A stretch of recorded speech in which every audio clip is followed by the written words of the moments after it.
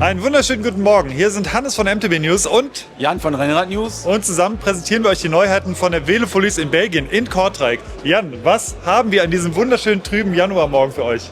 Jede Menge abgefahrene Lackierungen, um so ein bisschen Stimmung in die Sache zu bringen und alle Räder, die es hier so gibt. Belgien ist Radsport verrückt und das merkt man der Messe auch an. Stadträder, Rennräder, Mountainbikes, E-Mountainbikes, alles da und richtig ein paar abgefahrene Sachen auch. Los geht's!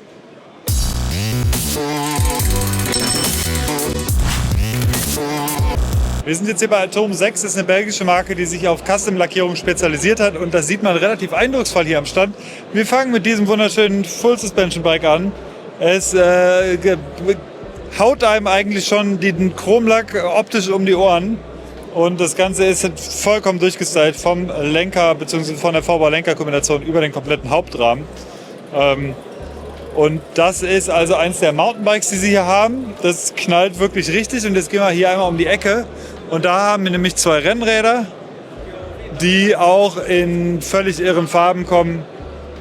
Hier oben kommt das in grün-weiß und das klatscht da so runter. Hier unten ist das, wenn man das ein bisschen genauer sieht, sind auch so kleine Formen da drin. Das heißt, es sieht wirklich super speziell aus, fadet in das Schwarz aus. Und wenn wir jetzt noch einmal hier rumgehen, sind weiter oben noch ein paar weitere Modelle, die auch sehr viel mit tropfenden Farben arbeiten. Da oben zum Beispiel das in Rot-Weiß und in Grün-Weiß. Gibt natürlich ein paar dezentere Modelle, die einfarbig sind, aber man merkt schon, die Spezialität ist so ein bisschen wirklich viel mit den Farben zu spielen und das hat uns am Atom 6 Stand durchaus begeistert. Ahuga baut Falträder, normalerweise elektrische, aber das ist ihr erstes nicht elektrisches Faltrad und das ist gleich ein ziemlich besonderes. Mit diesem Rad wird das Race Ruanda gefahren, über 1000 Kilometer, ein Self-Supported Race und ja, Self-Supported Race über 1000 Kilometer durch Ruanda mit einem Faltrad, immerhin mit Stollenreifen, aber ist schon eine harte Herausforderung. Der Fahrer, der es fahren wird, heißt Stuart und ja, das ist sein Rad. Mechanische Scheibenbremsen, wahrscheinlich aus Wartungsgründen, sind dran. Lenker ist, würde ich sagen, vom Mountainbike inspiriert. Das ist sozusagen noch ein Prototyp. In den Serienmodellen wird es zum Beispiel Licht vorne in diesen Aussparungen geben von Supernova. Das sieht man hier nebenan noch. Und ja, eben auch ein Faltrad. Kommt man immerhin gut schon mal mit nach Afrika. Wie es dann in Afrika läuft, werden wir sehen. So, und jetzt habe ich den Mann gefunden, der mit dem Rad durch Afrika fahren wird. Ja, moin. Wie lange willst du brauchen? Sagen wir 6 bis 7 Tage ist der Plan. Wenn es 18 ist, auch okay. Jetzt war ich ein bisschen voreilig. Stell dich noch mal kurz vor. Ja, ich bin Stuart Jeffka, ich arbeite für Ahuga Bikes. Ich bin der Dachverkäufer und habe das so vorgeschlagen, ob wir dieses Rennen nicht mit unserem schönen Ahuga Max hier machen wollen. Und wir haben das Fahrrad jetzt schön gepimpt, haben da ein paar extra Teile dran gebaut, um es ein bisschen robuster zu machen. Aber im Grunde genommen hast du genau das gleiche Rad, das gleiche Klapprad, als was wir im täglichen Verkauf so haben, ne? Wo machst du die Taschen hin? Wir haben den Typen von Merit nicht beauftragt, der hat sich angeboten, der sponsort uns und der macht uns eine Full-Frame-Bag, also unteren Teil und dann ein Top-Tube-Bag. Custom und dann macht er noch 2 kleine vorne hin und dann gucken wir noch, ob wir hinten was drauf passen. Aber ich will es eigentlich so leicht wie möglich halten. Und wir benutzen vielleicht noch das Innere vom Tube, wo eigentlich der Akku reingehen würde bei der Elektrikversion. Und da können wir unsere extra Schläuche und Werkzeug unterbringen. Das ist ja jetzt die Version für das Race Around Rwanda. Aber was kostet das normale Rad, das normale Biobike? Das normale Biobike von uns ist das analoge Max, das kostet 1,7. Und das ist das, was man hier ausgestellt sieht. Und ich habe jetzt eigentlich nur von Redshift haben wir die Shockbrakes dran gemacht, am Sattel und am Lenker. Wir haben einen neuen Lenker dran gemacht und eine andere Gangschaltung. Aber im Grunde genommen ist das, was du kriegst. Und ich muss dazu sagen, Reflective Berlin hat einen sehr schönen Job gemacht, indem sie das Fahrrad schön für uns mit ihren Stickern, ihren High Reflective Stickers verziert haben. Hat Hinterradfederung sozusagen, oder? Ja, sozusagen. Ja, dann danke für das Gespräch, viel ja, Erfolg. Danke euch. Und bitte folgt uns hier auf unserem Link. Da könnt ihr das Rennen verfolgen und schauen, wie wir platzieren. Ja.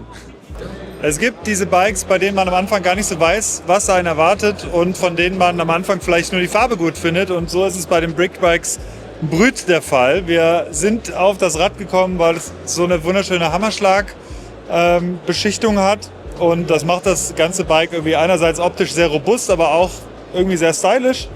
Und dann haben wir uns das Rad ein bisschen näher angeschaut und haben festgestellt, dass da sehr viele interessante Sachen dran sind. Und zwar beispielsweise der Kardanantrieb mit einer automatischen Zweigangschaltung. Wenn man schneller tritt, wenn die Umdrehungen mehr werden, schaltet er irgendwann automatisch in den zweiten. Dann ist das Rad auch, es sieht super stylisch aus, ist aber in dieser Basiskonfiguration überhaupt nicht so wirklich teuer. Denn so wie es hier steht, kostet es gerade mal 999 €.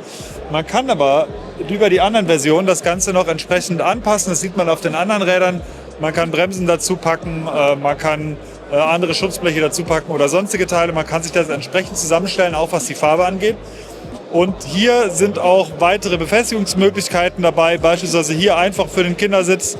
Das heißt, diese Befestigung ist für den Kindersitz. Man packt den Sitz oben drauf, Kind hält sich fest am Lenker und fertig ist die Sache. Ja, mehr gibt es eigentlich nicht zu sagen. Das war's vom Brickbikes Brüt. Richtig schönes Rad. Guckt es euch ein bisschen genauer an. Wenn euch das interessiert, kann man es so kaufen. Classified hat neue farbige Kettenblätter, aber das ist nicht mein eigentliches Highlight, weshalb ich hier bin, sondern das ist die TRP Classified Vista Schaltung. Ihr kennt die Classified Narbe, Zweigangnarbe, ersetzt den Umwerfer mit dem gleichen Übersetzungsverhältnis wie eine normale Zweifach-Kurbelgarnitur. Und seit letztem Jahr gibt es die eben auch mit TRP-Schalthebeln. Das heißt, ihr könnt die Narbe direkt von den ergonomisch viel günstigeren Schalthebeln bedienen als mit diesem Knopf, der hier integriert war sonst. Ja, und die Gruppe sieht richtig ausgereift aus, ist eine Funkschaltungsgruppe mit einem Schaltwerk von TRP, eigenes Schaltwerk von TRP. Der Akku ist hinten im Schaltwerk eingesetzt. Umwerferakku braucht man natürlich nicht. Die Narbe holt sich ihre Energie aus der Tretbewegung und unter anderem waren letztes Jahr schon Josh Tarling mit dem System unterwegs und hat darüber berichtet, der britische Zeitfahrmeister. Und Team Ineos will es verstärkt einsetzen. Es kommt verstärkt im Sport an. Piotr Harwig ist damit bei Unbound Gravel gefahren und auch das ist ein Rad, was schon im Einsatz war, was man dem Rad auch ansieht. Übrigens ein Factor Osto Gravel Van, was hier mit der Classified TRP Vista Schaltgruppe ausgestattet ist. Ja, und übrigens habt ihr dann neben diesen schnellen Gangwechseln und geschützten Gangwechseln auch einen Übersetzungsbereich von bis zu 583% durch diese Classified TRP-Gruppe. Das ist mit der größten Kassette, die kommt am MTB zum Einsatz oder auch im Gravel zum Einsatz. Und es gibt aber auch 1036 Kassetten. Classified braucht immer eigene Kassetten und deshalb auch eigene Laufräder.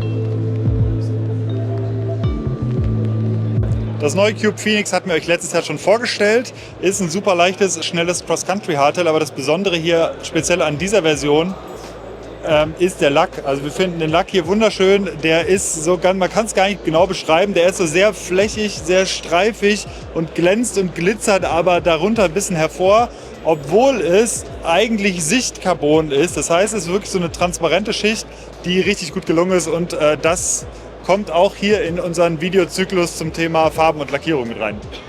Ob es ein Highlight ist oder nicht, müsst ihr selbst entscheiden. Wollte ich euch nicht vorenthalten. Das ist eine Kassette von Wheeltop und die wiegt nur 80 Gramm weniger als eine Shimano 105 Kassette und ihr habt vielleicht auch diese Wheeltop-Schaltung schon mal bei AliExpress gesehen. Ihr könnt die ganz offiziell in Frankreich kaufen. Hier ist der Importeur anwesend und das ist die Wheeltop 7000 Gruppe, 12-fach Gruppe. Da seht ihr das Schaltwerk, funkgesteuert und wiegt genauso viel wie eine Shimano 105, hat er mir gesagt.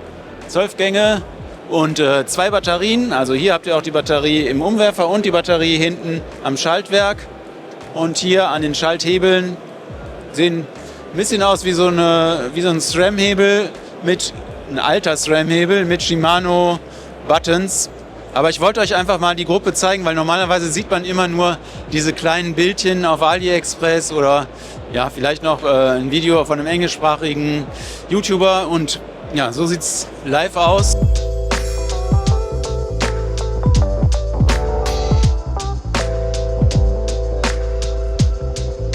Ja, und das ist die Box, in der die Gruppe kommt, also die Shifter, das Schaltwerk, der Umwerfer. wenn ihr die Gruppe für 950 € kauft, dann ist alles dabei. Also auch die Kurbel, die Kassette, die Kette. Aber das sind schon mal die elektronischen Teile. So, wir sind hier beim Stand von VeloWash und das Coole ist, dass das also eine selbstständige Maschine ist, mit der man sein Fahrrad waschen kann. Das heißt, komm mal mit.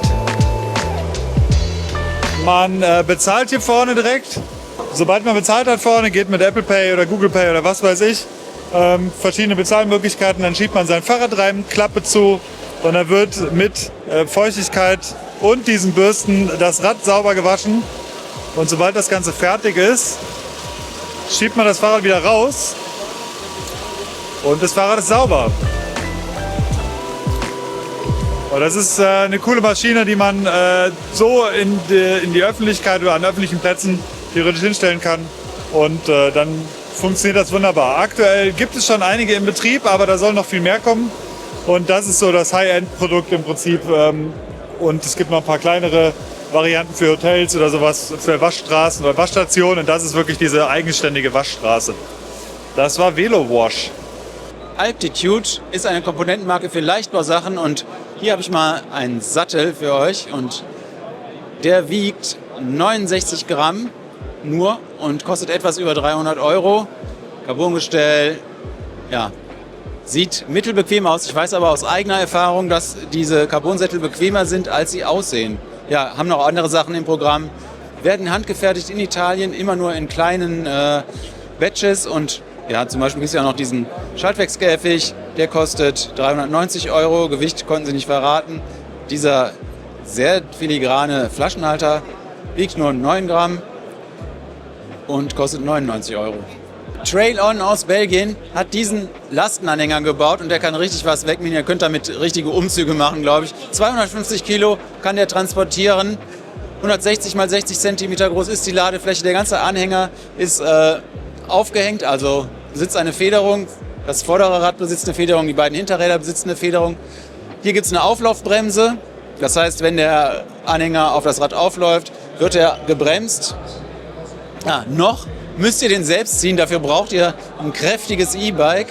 Aber geplant ist, dass man den Anhänger auch mit einem eigenen Antrieb ausliefert. Und was ich auch spannend finde, ist, dass ihr hinten könnt ihr so auch was auffahren. Also durchaus denkbar, dass ihr da auch einfach euren eigenen Fahrradtransporter statt Autoheckträger habt. Richtig spannende Sache hier bei Trail On in Belgien. Wir sind am Stand von Red Bull und ich halte das Mikro mal ein bisschen näher, weil es ist relativ laut hier. Im Hintergrund findet auch bei Red Bull ein Tandem-Wettbewerb statt.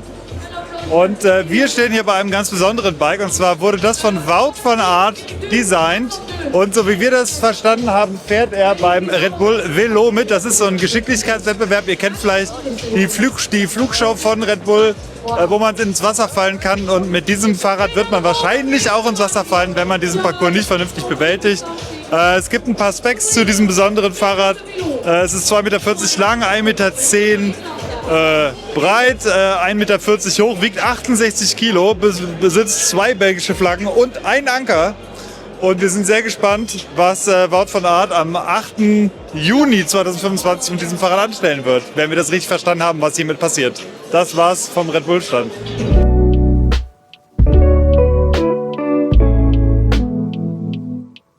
Ein richtiges Highlight am Oakley-Stand. Und zwar das, was ich hier aufhab, das ist die neue Oakley Velo Kato. Ihr kennt die Kato, die hatte schon diese charakteristische Nasenform. Bei Mark Cavendish habt ihr sie vielleicht gesehen. Das ist jetzt eine Brille zusammen mit dem Tudor Cycling Team entwickelt, das Oakley ja jetzt sponsort. Und die ist speziell auf die Aerodynamik des neuen Helms abgestimmt. Und Oakley, mit denen ich eben gesprochen habe, sagt, sie waren schon über 30 Mal mit der Brille und dem Helm im Windtunnel. Sie haben sie gegen Konkurrenzprodukte getestet. Und es wäre eine Brille, die wirklich schneller macht als andere Brillen im Zusammenspiel mit dem Helm. Und der Preispunkt ist dann 310 €, wenn sie dann erscheint. Es soll so zur Fahrradsaison sein, haben sie gesagt. Also spätestens zur Tour de France nehme ich mal an. Und ja, richtig spannendes Produkt, finde ich. Überall kann man schneller werden, jetzt auch an der Brille. Ja, und wenn euch das zu teuer ist, was die Velo Kato kostet, es gibt auch noch eine Marke, die ebenfalls zum Luxottica-Konzern gehört. Dazu gehört auch Oakley und das ist Blitz. Und das ist so eine Marke aus Skandinavien, die nahezu die gleiche Qualität hat wie Oakley und auch ähnliche Designs, ein bisschen farbenfroher. Und das ist sozusagen der Einstieg in die Oakley-Welt mit ähnlichen Designs und ein bisschen poppigeren Farben, aber auch sehr robust. Wir sind hier am Giant-Stand und haben wieder besondere Farben für euch. Und zwar einmal von Jens Schürmanns, das Giant Anthem Cross Country Mountainbiker. Superschnelle, schöne Lackierung, beziehungsweise es sind eigentlich Sticker hier drauf, die aber richtig fein aussehen. Und darunter von dem Paracyclist Luis Klinke, sind beides Belgier, auf dem neuen, gerade auf Rennrad News vorgestellten Giant Trinity. Sieht richtig schön aus. Und wenn wir jetzt einfach noch kurz hier rüber gehen, dann kommen wir zum WM-Design von Alan Heatherly. Und man sieht ganz klar, Rainbow Stripes sind hier einfach im Lack mit inkludiert. Das Rad sieht wunderschön aus. Und ja, das war so ein kleiner Ausflug gerade in die Farbenwelt von Giant. Faszinierende Farbe auch bei Galetti. Das ist ein Rahmenbauer aus Italien und ich habe ihn letztes Jahr schon hier auf der Velofolis interviewt und jetzt zeigen wir euch einfach nochmal, diese Farbe hat er für einen Kunden erfunden und selber macht er die Lackierung nicht, sondern er macht nur den Entwurf und er baut Rahmen aus Stahl und aus Edelstahl und auf den Edelstahlrahmen, den seht ihr da oben, auch mit einer interessanten Lackierung, schön schlicht, ganz anders als die andere Lackierung und er macht auch die Auswahlenden, auch aus Edelstahl, macht er eigene Entwürfe, lässt die fertigen in der CNC-Fabrik oder CNC-Workshop bei ihm um die Ecke. Ja, und er ist hier zusammen mit Sisland, die wir schon gesehen haben oder vielleicht noch sehen werden im Video, ein Laufradbauer aus Barcelona für super leichte Laufräder. Wir sind jetzt am Stand von Feedback Sports und es gibt hier einen ganz besonderen Montageständer, und zwar den Pro E-Lift. Und das Coole ist nicht nur, dass man das Rad reinrollen kann, sprich man kann das ganze Teil so weit nach unten fahren, dass man das Rad ganz entspannt reinrollen kann, festmachen kann und hochfahren kann, sondern dass man mit diesen Buttons einfach draufdrücken kann und dann fährt das Rad hoch. Und das Rad fährt sehr lange hoch, weil man natürlich auch an die untersten Komponenten kommen muss. Gerade bei E-Bikes ist das kein Problem. Ich erwähnte es gerade schon, E-Bikes funktioniert auf jeden Fall, ist absolut kein Problem. Hat eine ordentliche Tragkraft, kostet insgesamt 1.350 €. Und jetzt aktuell gibt es die ersten Lieferungen nach Deutschland. Das heißt, demnächst ist der Pro E-Lift von Feedback Sports auch erhältlich. Wenn es was für euch ist, schaut mal rein. Wir sind hier an einem ganz besonderen Stand und zwar von Sixi. Und Sixi, die haben ein Chainless Pedaling System und die haben also nicht das Fahrrad jetzt direkt gebaut, sondern dieses System in dieses E-Bike eingebaut. Und das Besondere ist, dass es also wirklich ein kettenloses System ist. Sprich, ihr seht hier keine Kette. Das heißt, es gibt hier kriegt keine fleckigen Beine vom Öl von der Kette. Ihr müsst nicht nachschmieren, es kann keine Kette kaputt gehen. Und das Besondere daran ist, dass es einen Allradantrieb hat, sprich ein Generator hier im Bereich der Kurbel sorgt dafür, dass die Energie sowohl ins Hinterrad als auch ins Vorderrad kommt und das Ganze generiert bis zu 1000 Watt, ist also ein richtig heftiges System. Wir konnten es jetzt hier leider nicht fahren, aber es sieht super spannend aus. Das Besondere an dem System ist, dass es nicht nur für diese E-MTBs oder generell E-MTBs ist, sondern man sieht es hier auf einem Bild, auch für solche Vehikel und Fahrzeuge machbar ist. Und Jan, wenn du mal auf die andere Seite schwenkst, da gibt es noch so Heavy-Cargo-Transporter. Auch dort kann sowas eingebaut werden. Und auch nur an der Hinterradachse, das sieht man an diesem Fahrrad dort an der Seite. Und ist ein super spannendes System. Es sieht nach einem sehr schnellen Bike aus und es sieht super futuristisch aus. Das war's von Sixi. Wir sind mal wieder in Sachen Farben unterwegs und diesmal sind wir bei Factor. Und dieses Ostro Van kommt in der Farbe Scarab und sieht wunderschön aus. Man kennt es, es ist einfach dieser klassische Farbwechsel. Es geht von einem Grün, ein Lila, ein bisschen Orange, Rot ist sogar dabei, je nach Farbe. Es ist wunderschön, ist nicht ganz so günstig, 6.599 € fürs Frameset, damit geht's los. Ist also eher was für den großen Geldbeutel und deswegen vielleicht nicht für alle Leute, aber zum Angucken definitiv wunderbar und gefällt uns sehr. Ein fast unsichtbares Highlight. KMC-Ketten gibt es jetzt in den Top-Versionen schon seit einiger Zeit. Auch gewachst kann man die kaufen. Also die sind gar nicht mehr geölt, sondern die sind einfach nur gewachst ab Werk. In der TT-Version, das ist die super Leichtlauf-Version, und auch in der DLC-Version gibt es sie eben vorgewachst mit eigenem Wachs und das Wachs auch zum Nachkaufen. KMC nutzt da ein eigenes Wachs. Sie sagen, sie arbeiten mit Skör zusammen, haben aber ihre eigene Formel. Und ich habe eben mit Chris Backer gesprochen, der KMC in Deutschland und in Europa verantwortet. Und er sagt, er nutzt es selber und kommt damit so ungefähr 300 Kilometer zurecht. Hier auch beim holländischen Schmuddelwetter, ohne nachzuwachsen. Ich finde es eine spannende Sache, weil ihr damit quasi euch das ganze Entwachsen sparen könnt und einfach eine vorgewachste Kette kaufen könnt. Und es soll demnächst auch günstige geben. So, das waren 2 Tage Velo4Lease aus Kortrijk in Belgien. Wir hoffen, ihr hattet viel Spaß mit den Highlights.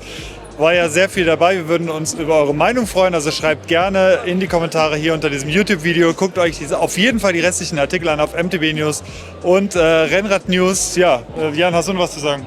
Ja, es gibt noch ein weiteres Video mit Rennrad-Highlights, weil hier sind wirklich sehr viele Rennräder zu sehen. Schaut euch das auch gerne an und ich würde mich freuen, euch nächstes Jahr zur gleichen Zeit an gleicher Stelle wiederzusehen. So sieht's aus. Macht's gut. Bis bald. Ciao aus Kortrijk.